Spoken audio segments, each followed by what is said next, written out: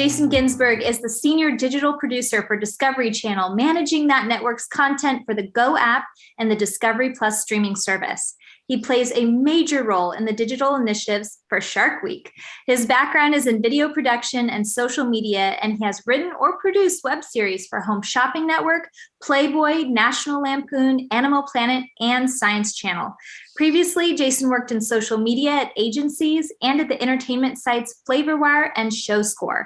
In his spare time, Jason runs a comedy Twitter at the FakeThemePark, a satire of theme parks based on his time as a tour guide at Universal Studios. He produced a pilot for Oxygen and has written several independent films. He currently lives in New York. Jason, I am so thrilled to welcome you today. Thanks for being here. Oh, of course. It is wonderful to talk to you. Oh, well, I love that we connected over being fellow Trojans. So we have that in common. We'll share a little fight on. Absolutely, fight on. I went to UCLA for undergrad, so I can't say it too strongly. I kind of go both sides, but I do have a very proud Trojan streak in me. So I understand the feeling. I married a UCLA Bruin, as a matter of fact. Okay, house divided. House divided. Indeed. Well, good. Okay, so I want to talk all about your experience. You've launched Discovery Plus. You played a huge part in that. How has that experience been? I'm so curious. It was really interesting because I, like everyone else, use these services. So it was interesting to be, not that I made the final decision, this went all the way up the chain, beyond me, but I was on the team as someone working on the sort of the user side of it. If you launch a streaming service, what do you want? What should it look like? How should it work in terms of, continuous play, continue watching, and suggestion and things like that? So it was interesting to go, well, we all know what Netflix is, but it was a chance to kind of reinvent the whole idea of it, and we found a lot of things that exist that do work, so it's not too unconventional. But it was interesting to look at it from the point of view of forget Amazon, forget Disney Plus. What should it look like? What does the user want, and what's best for our kind of content that we can offer people? So it was very interesting to be at the very beginning of those conversations of we're starting something that everyone thought they knew what it was, but we really were trying to have a chance to kind of reinvent it. And I'm not saying we made huge changes, but it was interesting to think every decision to go, does this work with Netflix? It does. Okay, we'll keep it. Or we can maybe enhance it somehow. So that was interesting as a user, as someone going like, well, I wonder why Disney Plus works this way. Well, because somebody made the decision and it did work. And the user does watch more if you do it that way. So it was really interesting from that point of view. Fascinating. Okay, and I'm sure our listeners are so curious to hear more about your role in Shark Week too. Some people may be cringing a little bit or hearing the Jaws music play already, but I know you say that you do some work with Shark Week. I want to hear more about that. Yeah, all the digital side of it. So I work on, again, the app, Discovery Go, which is TV everywhere, then the new Discovery Plus on the Discovery Channel part of that, because all the networks are on Discovery Plus. I'm just the Discovery Channel person. So all the digital, it was interesting. It was our first year this last year with Shark Week on Discovery Plus. So we had a whole hub on the service just for that, which was new, all kinds of content. Some of it was only Discovery Plus, some was on linear, as we call regular TV. Some of it was on Go. So it was a whole suite of programming with all kinds of celebrities. So I was involved with basically getting it to the user, merchandising it, what the copy said, where things were, when they were there, unlocking content, like on Go, things that do not require a subscription, things are unlocked and how long they're unlocked. So sort of what the user sees, where things are, where they are, what they say, how long they're there, as things move around, that was my role in it. So I was not involved in production. I wasn't out in the Bahamas anywhere or Australia. Just one of the last people to touch anything was me. Got it. Okay, so maybe not swimming with the sharks anytime soon. Right. Your whole experience with the entertainment industry, I mean, you've had quite an extensive career in a lot of different departments. I mean, you have a lot of creativity that you incorporate in producing. I meet a lot of people where the entertainment industry, it feels hard to access. Like, where do I even begin? And I'm curious, I think our listeners will want to know, how did you get started and how have you sustained in the industry? I want to hear about that. It was interesting. I was actually first after school in LA, trying to be an actor, a writer too to some degree, mostly acting. And I was in the unions, and I had an agent for commercials, and a few commercials, and one TV show, and a few plays. And that's like my entire resume is like those 7 things I just mentioned. So, but one thing I was doing that had some success was improv. I was in an improv troupe at USC. A lot of us graduated and formed a professional troupe and did clubs around LA. I could name drop some of them. I mean, the Ice House in Pasadena and the Comedy Store on Sunset, places like that. So some big places that had sketch nights, Mhm. and began also did Second City, the Los Angeles chapter of Second City. So I was doing that, and we ended up with the National Lampoon, which was just launching its website at that time. This going as how far back we're going. So we did some videos for them. Those videos got me eventually to an agency in LA that was working coincidentally with entertainment companies and making videos for them, not only on Twitter but on MySpace. This is how far back we are. Facebook was just getting started to the public. Facebook, was just for colleges, and then the Right. public finally got a chance. So while I was there, Facebook kind of became a thing during those couple of years. So I was doing sort of comedy videos, web series at this agency for Home Shopping Network, we did things for Paramount. Mhm. That led me eventually to more social media. So video kind of became a social media thing in the sort of mid 2000s, and that led me eventually to places like FlavorWire and ShowScore doing general social media for them, and that led me eventually to then Animal Planet Science Channel, which are owned by Discovery. So an odd, along the way, the acting sort of fell away, writing became more of a thing, the independent projects you mentioned, like my screenplays, but that trajectory didn't make sense at the time, but looking back, it all seems to be as steps along the way with some entertainment company somewhere. And somewhere in there, there was the Playboy comedy videos we did that are just puppets that became the Oxygen pilot. So yes, I've just sort of stayed in that world, and to be honest, had friends, people, my various colleagues and coworkers were in that world in some way. That Playboy was through a friend of a friend who was looking for video content, so we pitched a bunch of things, and they picked this one series we did for them for a while, which is added to my resume for other things, for things like Science Channel. So yeah, one step at a time is how I got there. Just always trying to stay. For a few years, I was at an agency that really didn't do anything with entertainment. Make it seem like it wasn't one continuous success story. I'll tell you, I was at an agency here in New York. My first job here in New York with an agency working with all kinds of, Chico's clothing and Planned Parenthood and all kinds of non-entertainment things. Mhm. So along the way, there were some derailments, I guess you could say, but it was all I was trying much as I could to stay in entertainment, and Yeah. there's a lot of it, a lot of entertainment and media out there.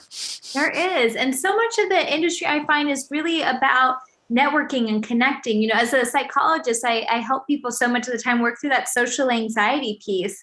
And I wonder if you've seen that in your career as well, this ability to network and put yourself out there and be vulnerable. So much of the time, anytime we produce something and leave it to the public for their perception, there's a vulnerability in that. I wonder if that resonates for you at all. It does, certainly. Just not only writing but acting. When they reject you, it's you. Sometimes it's just your look. You don't look right. You're not the right age. Whatever it is, your acting is just your instrument is you. Whatever you did was not the right fit. However, you want to take that. So it's hard after a while to not take it personally, even though they end up going with somebody like, oh, that was a whole different person. I get it now. It was no insult to me, but at the time, you just get told no, and that doesn't feel good. So yes, I certainly understand that, and seeing it even in Discovery, where the big initiatives, big shows we had high hopes for, that the audience was not there, or a niche audience, a smaller audience was there, and so what's up something like Discovery Plus, it can live on there forever, but maybe 8 o'clock on Thursdays is not the best place for it. Yeah, interesting. And so I'm wondering, I'd love to tap into this notion of how you do stay resilient. And one thing you'd mentioned in our prep work that we did together of how you handle when, let's say, there's a mistake that happens in front of millions of people on TV with, maybe some of the programming or something. How do you handle that? It's tough. There's stress. The job itself, nothing about Discovery is stressful. The people there are great. I've yet to meet a jerk there in 5 years now. But yes, in terms of between social media and the Discovery apps, a mistake is seen by people, whether they catch it immediately or not. That is something that you can point to and go, yeah, this is not an internal thing that was noticed by 3 of my colleagues. 4 million people, whatever, happen to see a misspelling or whatever it might be. So yes, it's a matter of fixing it as fast as possible, and we're big on correction of error reports and doing sort of postmortems, not for blame, but just to go, what safeguards can we put in place, because things do go to the public. It just really is a matter of what steps are there, what was missed, was it automated, was it a person, was it multiple people? So from what I've seen, mistakes I have made myself and people around me, there's not blame as much as cause. To go, Mhm. how can we just prevent this from happening? It happened. How can we prevent it from happening again? Because I think mistakes are made. I've seen it too. Not to call out the other, but I've been on Paramount Plus and seen actors' names misspelled, and how many filters did that go through? We've all seen HBO Max had a recent social Harry media Potter. mistake. Yes, yeah, there you go. So it happens. People think that only computers run these things, all the algorithms. There are people that have to push buttons and type things. So to answer your question, yes, the idea of not to live in that moment so much. It's over. You fixed it. Everything is fine now. Let's look back on it now with sort of a detachment and take away any kind of blame and just look at, all right, let's all as a team get together and go, where was the weak link? And there might have been multiple ones. So then how can we then just prevent that in the future? Because mistakes are going to be, especially when we have a new streaming service, mistakes are going to be made. This was Right. on January 4th, 2021. It was just an entirely new thing, and no one knew what was going to happen. So there couldn't have been any experts because they were all new to the service. Right, exactly, exactly. Well, and that's something I'm so passionate about is helping us create these workplaces of wellness. And I'm really hearing at Discovery Plus and Discovery Channel in general, it's sounding like there is this culture of support that yes, we are all human. We're learning together. Mistakes are going to happen sometimes. I'm hearing that it's this really collaborative place. I'm curious if you could speak to that on how maybe you're seeing workplace wellness mapped out there. It is. I know they've HR is people and culture is how we call it, and it's there's great. There are all kinds of initiatives. We had a lot of things happening during the Black Lives Matter Yeah. protests last year. We have a whole initiative with diversity and inclusion. There are a lot. It's a global company. We are people may be surprised to know that even HGTV and Animal Planet are part of the company, but we have a news station in Poland and New Zealand, and we have the Olympics in Europe, and we're everywhere. So and then we're about to have Warner Brothers come join the family, which is even more. That is HBO Max, and that is the DC Comics and Harry Potter. So yes, we're a big company. So they are aware of these things and doing from my point of view as just a white guy, a great job in that respect. I mean, there's certainly a lot of support. We have all kinds of initiatives going on, and there's a lot of learning as well, a career advancement that the company holds. So that's on the HR side of it, but just within the company itself, I certainly work with many different departments. With I work on the digital side, but I work obviously with the network, the Discovery Channel network itself, and their programming. Marketing is a big part of it. We have even nonprofit partners. If you go to Discovery Plus, you'll see things from like Nature Conservancy that are sort of a different kind of entity entirely. We have various clients. I work with the social media side as well. I'm not part of it anymore, but they are very much promoting our content. That just comes to mind. And then also analytics, because I do that too. I issue reports of how things are doing on the digital side. So I work with those teams of building dashboards and what are we trying to figure out that the viewer wants. So that's 4 or 5 departments just right there. Never Yeah. mind the different time zones, the different networks, the different countries. So yes, there's a lot of, again, I get to meet anybody who's just has a bad attitude. I don't know if that's self-selecting or the company gets rid of it, gets it out of them. But yes, I've found a lot of support in everything I've done there so far. I love that. It's so good to hear about that intentionality, that it's a big part of the work in all facets I'm hearing, which is so great to hear. And I'm curious, this is something we've all lived through in different ways going through this pandemic almost 2 years now, which is wild to say. But I'm curious how your experience has been. You live in Manhattan, you were in New York. I imagine you were there when everything was getting started and share as much as you like, but from your experience in terms of mental health in the workplace, how has it been for you? I'm imagining working remotely, and I don't know if that's still in place for you.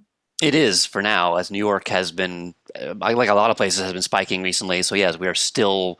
It was even optional for a while, and now I think it's not optional anymore.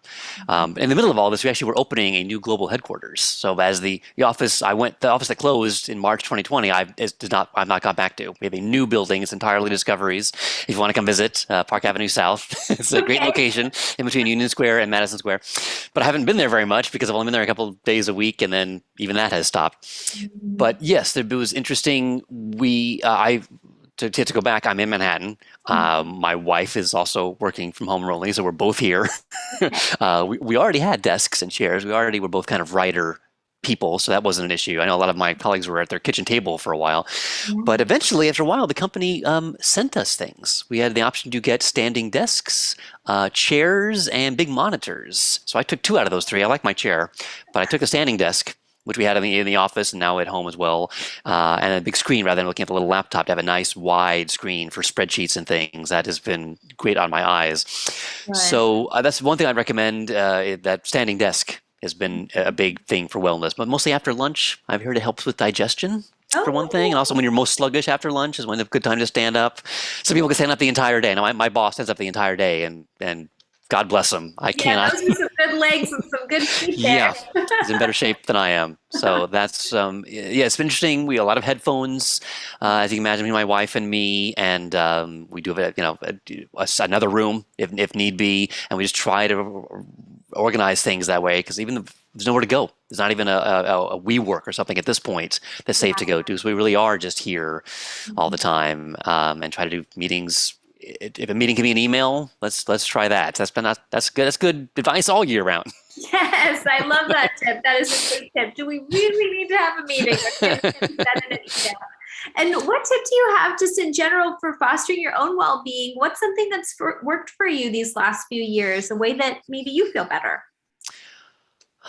Well, a simple answer, I hope maybe it's too simple, is to take lunch. I know there's drives, it seems like just in this country, to work through lunch, to skip lunch, to have lunch at your desk. And first of all, here in New York, it's state law. It's also federal law to take some kind of lunch break. So never there's that, but also just for your own well-being, to step away from the computer. I mean, the new building we have now has a cafe on site. I'm sure everyone has somewhere they can go, whether it's in their building, next door to the building, or just in their apartment or house, somewhere to go to, even a different room to get a way to turn it off, to turn everything off, Zoom and Slack and all those things, and say you are away.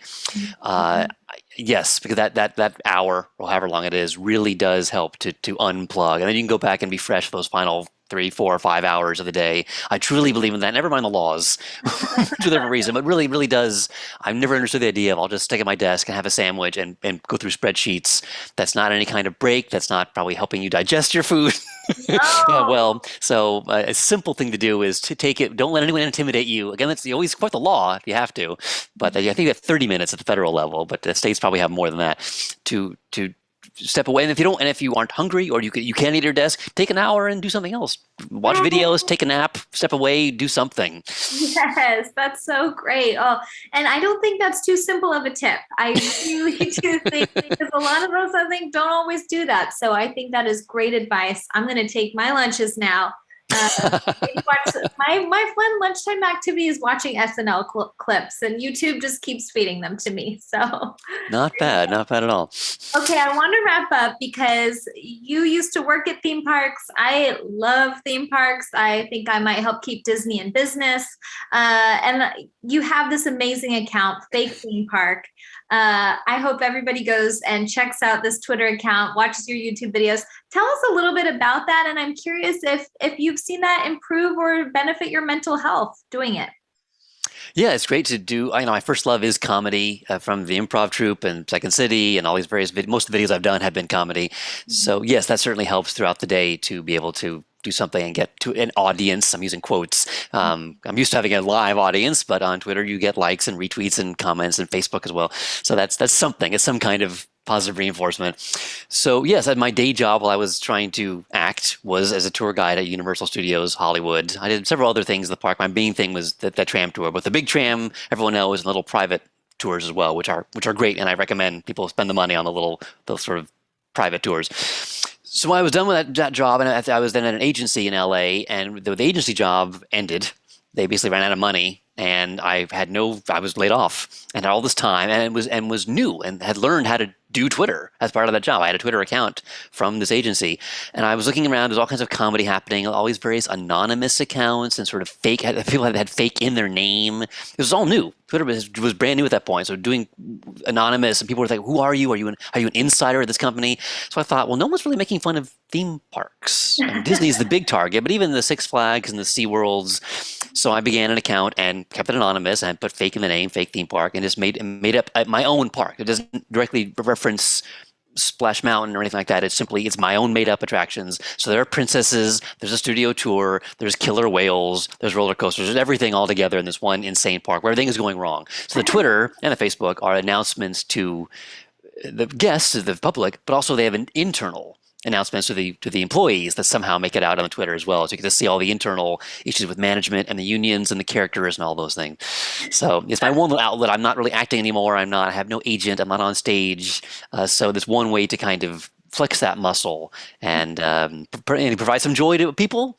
Mostly, seems like a lot of theme park employees see it as an outlet and really relate to it. I'm happy to provide some joy to them. They've had a tough time. I mean, they have a tough time normally as a theme park employee, but with COVID and everything, it's been doubly tough. So I was happy to keep it going during COVID. In fact, it's been 11 years that I've been doing it every single day. Oh my Yes. goodness, that is commitment. Well, I hope everybody goes and checks it out and gets a little extra dose of joy with that work that you're doing. Truly. Yeah. Well, Jason, wow, this has been such a great conversation. I've learned so much from you. It's great to hear about your journey. I hope that we're all going to take our lunch breaks now. And we're all excited to tune into Discovery Plus. Tell us, where can people find you and anything that you want people to know in our close up here? Yeah, I've Fake Theme Park, all one word, on Twitter and Facebook. Also on YouTube, there's some music videos on there as well. I've written a few songs along the way, or co-written some songs. And then I myself am at Ginsburg, Ginsburg. Again, I was on Twitter early, so I got the last name before anybody else did because it was way back before anyone knew what Twitter was. That people want to. I talk about writing and comedy and things like that on Twitter, and whatever Twitter is for, I do that too. So yeah, and then hopefully people have not had a chance to check out, obviously there's Discovery networks on your cable, but also Discovery Plus is still pretty new. There's free trials, there's all kinds of deals. Let people check it out because all the networks are there. If you're a fan of TLC or Food Network or Travel Channel, it's all part of one service. So all your favorite stuff, including old library content as well as new things, are on there. So obviously I'm biased, but it's worth the 7-day free trial, I think. Absolutely. All of our Chip and Joanna Gaines fans, I'm sure too, will be excited to tune in. Right. Magnolia Network is on there now.